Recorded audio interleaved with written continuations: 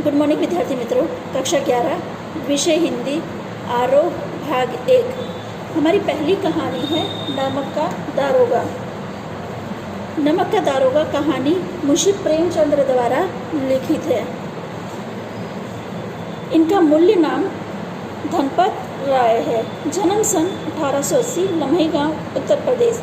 प्रमुख रचनाएं सेवा सदन, प्रेमाश्रय, रंगभूमि, निर्मला, कायाकल्प, गबन, कर्मभूमि, गोदान इनके उपन्यास हैं। साजे वतन, मानसरोवर 8 खंडों में गुप्तधन इनका कहानी संग्रह है।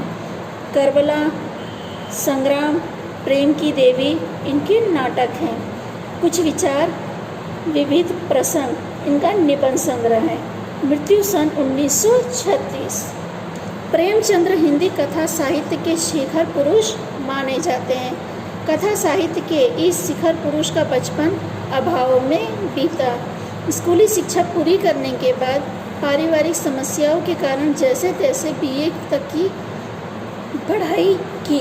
अंग्रेजी में एमए करना चाहते थे, लेकिन जीवन प्रयाण के लिए नौकरी करनी पड़ी। सरकारी नौकरी मिली भी, लेकिन महात्मा गांधी के असहयोग आंदोलन में सक्रिय होने के कारण त्यागपत्र देना पड़ा। राष्ट्रीय आंदोलन से जुड़ने के बावजूद लेखनी कार्य सुचारू रूप से चालू रहा।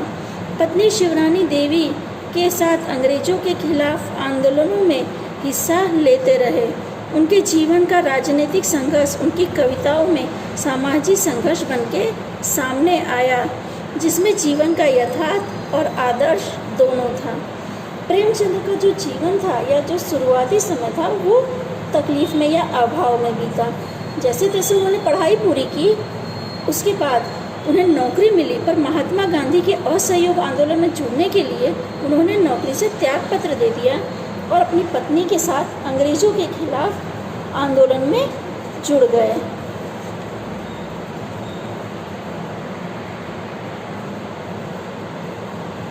हिंदी साहित्य के इतिहास में कहानी और उपन्यास की विधा को विकास का काल विभाजन प्रेमचंद्र को ही केंद्र में रखकर किया जाता है।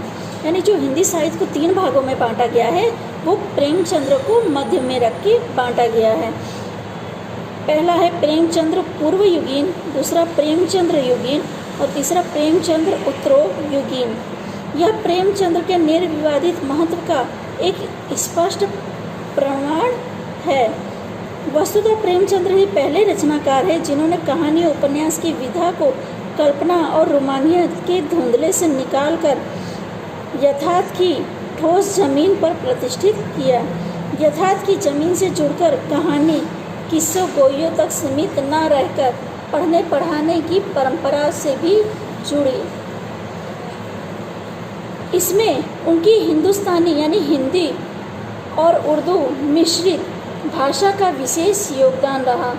उनके यहाँ हिंदुस्तानी भाषा अपने पूरे ठाट बाट और जातीय स्वरूप के साथ आई थी। यानी प्रेमचंद्र ने जो पहले कहानी या उपन्यास लिखे जाते थे उसमें क्या था, कल्पनाएं थी। ये लोग सोच कर लिखते थे कि हाँ ऐसा हो सकता है। कल्पनाओं के जरिए कहानी या उपन्यास लिखे जाते थे, पर प्रेमचंद्र ने कहानी सिर्फ कल्पना से नहीं, यथार्थ सच यानी ठोस जमीन पर प्रतिष्ठित की। लोग पहले कहानी सुनाने में यकीन रखते थे, पर बाद में पढ़ने पढ़ाने की परंपरा से जुड़ गए। इन्होंने मुख्य रूप से हिंदी और उर्दू को मिश्रित करके लिखा है। यानी इनकी जो कहानी है वो सरल भाषाओं में देखने मिलती है, या जो इनके उपन्यास है उसमें सरल भाषा है जो लोग आसानी से समझ सकते हैं। उनका आरंभिक कथा साहित्य कल्पना, संयोग और रोमानियत के ताने बाने से बुना गया, लेकिन एक कथाकार के रूप में उन्होंने लगातार विकास किया।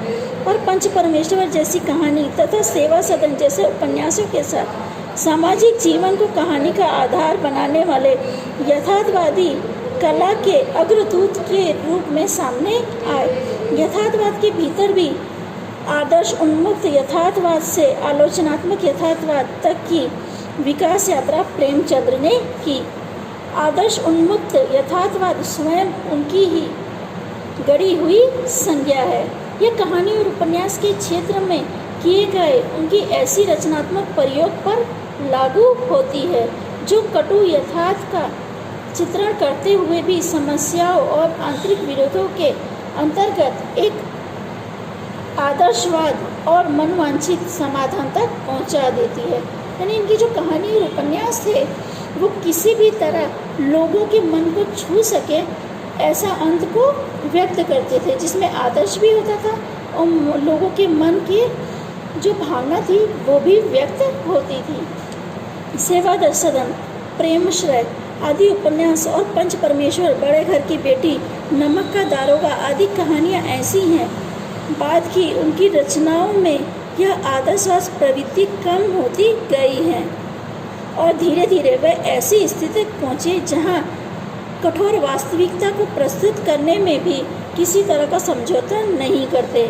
गोदान उपन्यास और पूस की रात, कफन आदि कहानियाँ इनका सुंदर उदाहरण है।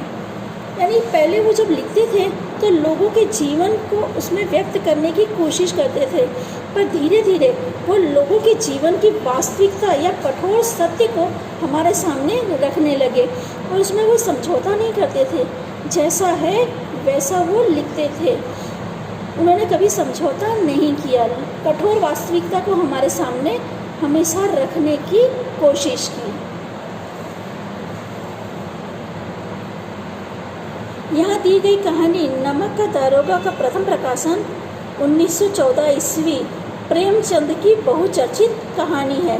इसका प्रथम प्रकाशन कब हुआ? 1914 में हुआ है, जिसमें आदर्शमुखी उन्मुक्त यथार्थवाद की एक मुकम्मल उदाहरण को के रूप में देखा जा सकता है। कहानी में ही आए हुए एक मुहावरे को ले तो यहाँ धन के ऊपर धर्म की जीत की कहानी है।